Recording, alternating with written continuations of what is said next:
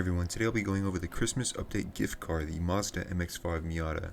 Now this car was teased, was an Easter egg in the winter update, and now it's here in the Christmas update. So I'll be going over the cosmetics, the engine, the driving style, and my final thoughts on it. So let's get into the cosmetics. So in terms of cosmetic modifications, there are none besides the Christmas limited time modifications. So you'll be able to add those to this car, but in terms of even exhaust or spoiler, you can't add any of those yet. And there's no mirrors or roof modifications. And in terms of the engine, this engine is extreme for this car to say the least. So with everything equipped, race equipped, and twin turbo, because this car is naturally aspirated stock, it comes out to 732 horsepower, and a car that weighs 1,600 pounds. And let me just say that this car is very extreme. So good luck with trying to drive this thing, pretty much. Now in terms of my suspension setup to try and control this car, I am using front height of 0.5, rear height 0.5, front camber negative 7 degrees, rear camber negative 5 degrees, front offset 0.27, and rear offset 0.26. This kind of helps control the car, but it's still a very hard car to control. It's kind of comparable to the AE86 in that way, but it's a little different, and I'll explain that with the driving style right now.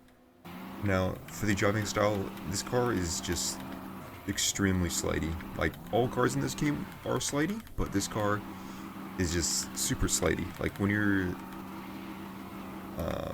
shifting from one quarter to the next, you kind of have to adjust early, because if you don't adjust correctly, you'll just keep sliding through the corner. I'm trying to show an example. Like, if I do a normal rotation through here, I'll just fall off the track pretty much. So you kind of have to use handbrake in a similar way to the A86 to make sure that you don't just fly off the track pretty much, because it will just keep going in the direction it's going pretty much.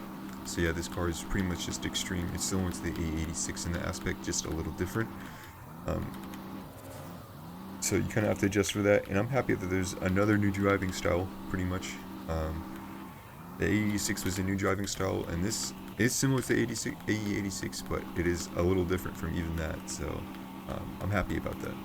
Now, in terms of what gears to use for this car, 3, 4, and 5 are the most usable. You can use 5 a lot, not as much as the AE86, but still a lot. I'll try and use it here. Like, you can see the engine kind of, you can hear the engine kind of struggle on that corner right there, but you can use it as long as you're smart with it. So you kind of lost grip there, but 3 and 4, I'd say, are the most usable gears. You can still use 5 occasionally, and that kind of adds a challenge to this car of knowing what gears to use at what time. So that's kind of a new aspect, at least just for this car. Now, personally, in terms of the driving style of this car, I'm kind of on the fence. Like, it is fun, like the AE86. It's just so challenging sometimes that, I don't know, it feels like I'm just working so hard to get semi-decent lines. Because it is really challenging to get good lines with this car without overturning and just snapping a bunch all the time.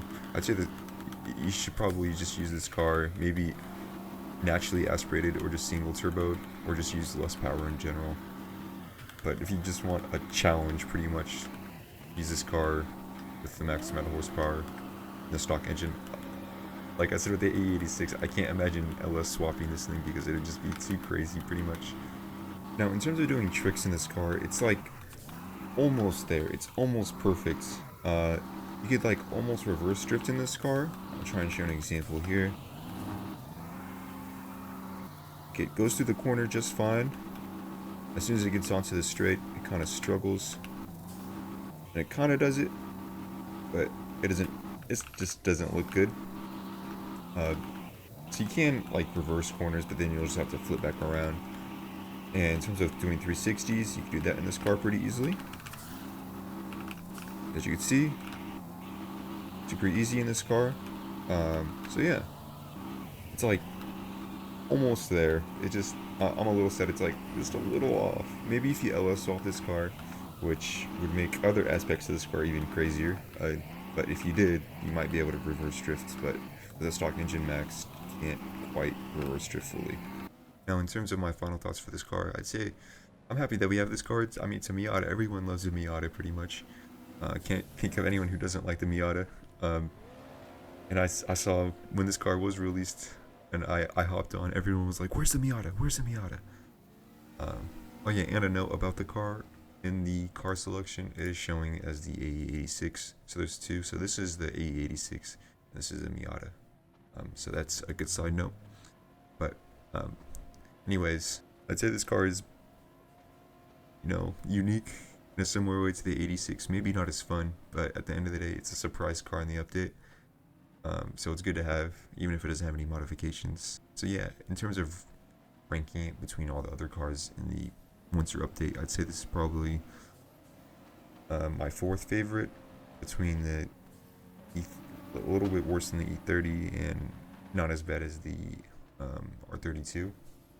So yeah, pretty much it. I'll just leave you guys with some footage of me drifting with it.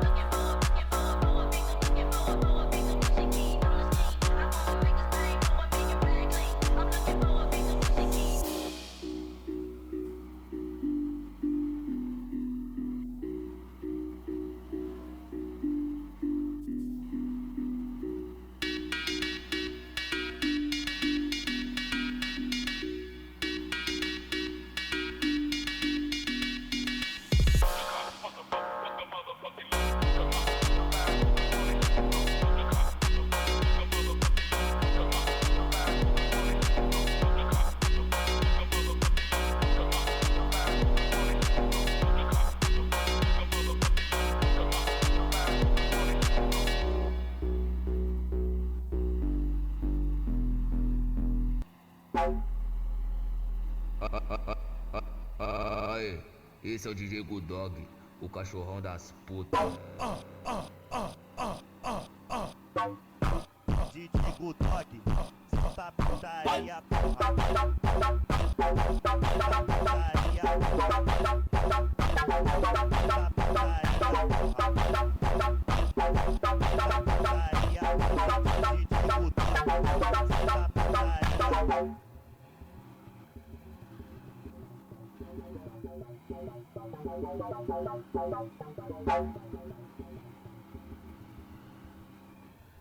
Esse é o DJ Gutag, o brabo de canhão.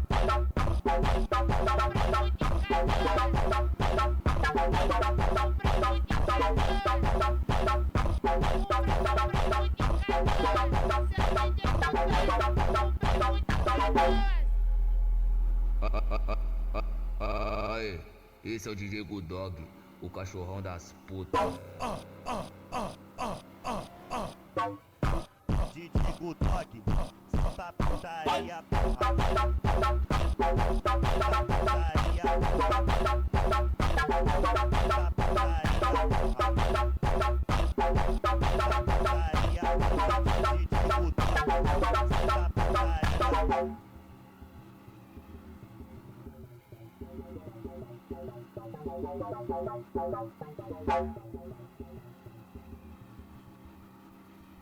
Esse é o DJ Gutag, o brabo de canhão. O